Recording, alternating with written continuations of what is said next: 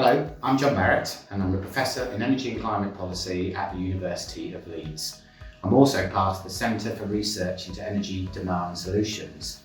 As well as my job, I also obviously do a number of things in my spare time, which include playing hockey and also long walks whenever I have the time. The problem that I look at is how we can make the rapid transition towards a low carbon society as quickly as possible to avoid some of the most significant consequences of climate change.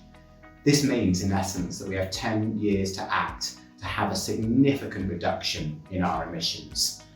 And really, I'm trying to understand how we can take society along with us and how we can achieve that goal. One of the key problems is that we can't just rely on technology alone to do this. We need to think about how society works and our individual behaviour. We need to think about how we can make that shift with the technologies that we currently have, because the change needs to happen now. So I'm interested in understanding and building sort of ideas of the future of how we can reduce the amount of energy that we use to help meet this target. Broadly speaking, we've only got three options. We can try and reduce the amount of carbon in the energy that we use.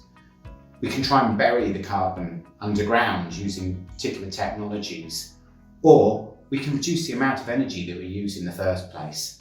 So I use computer modelling and other approaches to understand how the changes which we could make will actually reduce our emissions to help us meet our international goals and our targets. This is quite a big challenge because our energy demand touches every single element of our life.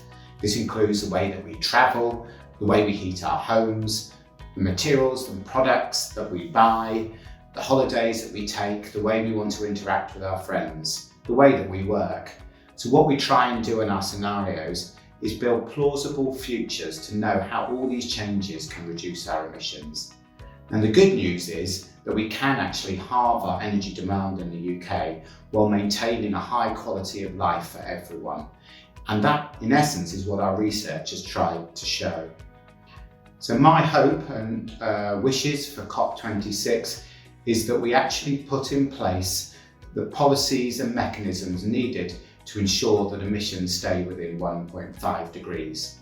And I truly believe that that's possible while allowing countries who currently have less to develop and allowing also countries which are already quite wealthy to still have a high quality of life.